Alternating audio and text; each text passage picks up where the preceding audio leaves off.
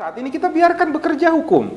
Kalau Munarman ini tidak menerima, kemudian mau dibela 200, 300 pengacara, silakan. Kan ada ranah hukum.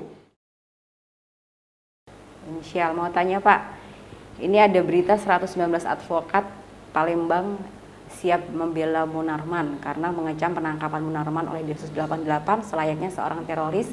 Yang kedua, saat ini Munarman tengah menjalankan profesinya sebagai penasehat hukum HRS dalam proses sidang di PN Jakarta Timur. Yang menjadi pertanyaan saya, informasinya seorang advokat dalam menjalankan profesinya tidak dapat dituntut baik secara pidana dan perdata. Penangkapan oleh Densus 88 terkesan arogansi, mohon penjelasannya. Nah, ini saya jelaskan. Ini ada dua hal yang perlu dimengerti oleh publik, termasuk yang bertanya. Yang pertama tentang seorang advokat yang menjalankan profesinya. Nah, di dalam Undang-Undang Advokat disebutkan dengan jelas, setiap advokat yang menjalankan profesinya dengan itikat baik, saya garis bawahi itikat baik, di dalam proses persidangan tidak bisa dituntut baik secara perdata maupun pidana. Jadi Undang-Undang Advokat, Undang-Undang 18 itu hanya menjelaskan dalam proses persidangan. Tetapi kemudian oleh Mahkamah Konstitusi disempurnakan. Bukan hanya di dalam proses persidangan, karena advokat juga menjalankan tugasnya untuk membela hak-hak asasi manusia tadi. Maka dia bisa masuk di dalam ranah publik, termasuk di dalam praadjudikasi di kepolisian, di kejaksaan, di bea cukai dan lain sebagainya, juga termasuk ketika dia membela rakyat jelata untuk mendapatkan hak pendidikan, hak perawatan dan lain sebagainya. Tetapi ada syaratnya dulu, dengan itikat baik. Jadi yang pertama dibuktikan adalah ketika saya menjalankan profesi tersebut adalah dalam rangka itikat baik atau itikat buruk. Contoh, saya menjalankan profesi saya di dalam membela seseorang di kepolisian. Tetapi kemudian yang saya lakukan adalah saya membawa uang untuk memberikan kepada oknum polisi untuk menghentikan perkaranya. Ini kan itikat tidak baik gitu. Melakukan pelanggaran terhadap aturan perundang-undangan. Maka ketika itu saya ditangkap, saya bisa diproses bukan dalam rangka melaksanakan tugas itu loh. Saya melaksanakan tugas, tapi itu ada itikat buruk di situ. Itu satu dulu poinnya.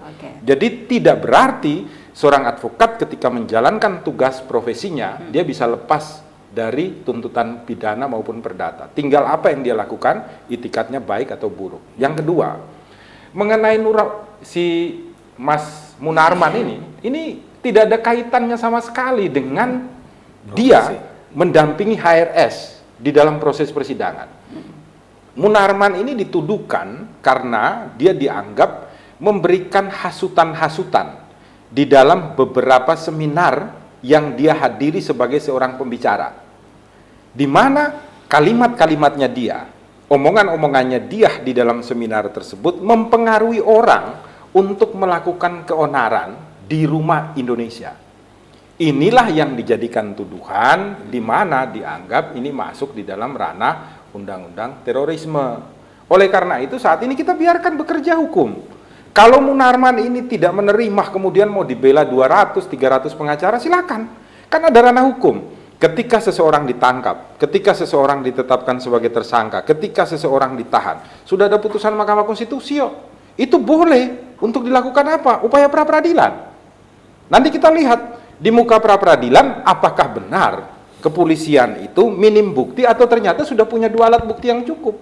Kalau ternyata alat buktinya sudah cukup, maka apa yang dilaksanakan kepolisian di dalam rangka menangkap Munarman, kemudian menahan yang bersangkutan, memproses beliau secara hukum, itu sudah sah. Maka kita tunggu lagi nanti prosesnya di sidang. Apakah mampu dibuktikan dalil-dalil tersebut masuk di dalam actus reus daripada ketentuan undang-undang terorisme atau tidak? Ada mens reanya atau tidak? Kalau tidak terbukti baru dia bebas. Jangan kemudian kita memakai alasan tersebut kemudian untuk memojokkan Densus 88. Itu salah besar. Apa yang dilakukan sudah benar. Kalau Anda merasa itu tidak benar, tempuhlah pra-peradilan. Kenapa Anda diam tidak pra-peradilan?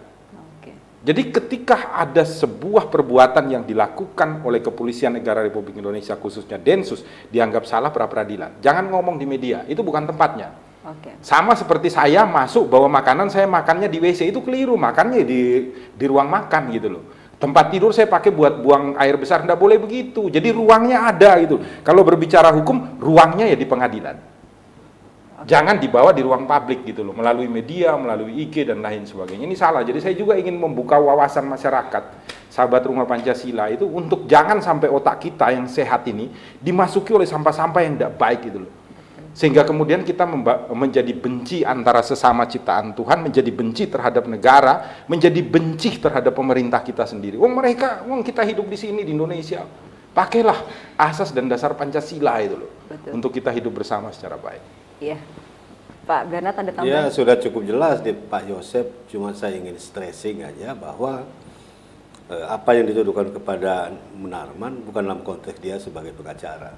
Oke. Tapi orang yang menghasut, membayar orang untuk setia pada ISIS gitu. Makanya Densus 88. Jadi tidak lepas dari terorisme. Dan protap penangkapan teroris ya begitu. Oke. Tidak ada yang melanggar ya Pak ya? Ya karena teroris itu ya memang mau teror orang pasti ada alat-alat yang meneror orang. Jadi memang agak keras ya begitu. Kalau dilembut-lembutan ya itu bukan teroris. Itu Mbak Erna. Nah kalau ada pertanyaan begini, itu kan kasus sudah lama sejak tahun 2014 dan 2015, kenapa baru diungkap sekarang begini? Ya bisa saja kan dasar hukumnya baru didapat sekarang alat buktinya. Oke. Karena tindakan penegakan hukum itu harus punya bukti yang kuat. Tidak boleh asal dengar, asal lihat, tapi kita belum pegang bukti apa-apa. Itu malah bunuh diri. Oke. Karena secara hukum bisa diajukan pra peradilan dan dikalahkan. Oke. Dalam rangka mengumpulkan bukti berarti ya Pak? Iyalah. Walaupun lama tapi terbuktinya sekarang. Oke, baik, ini pertanyaan jawaban yang sangat-sangat jelas, maka lebih berhati-hati lagi ketika mendengarkan informasi tentang kasus ini, dan juga kita tunggu hasilnya nanti ya Pak ya. Dan ini juga kan masih juga ramai karena Pak kuasa hukumnya tidak bisa berkomunikasi atau bertemu begitu. Apa perbedaan? Oh iyalah, beda karena jangan sampai nanti ada hal-hal yang bocor keluar. Oke. Oleh karena itu di dalam rangka untuk menjaga agar alat bukti tersebut steril sebelum selesai pemeriksaan ya pasti, dan itu diperbolehkan oleh aturan perundang-undangan.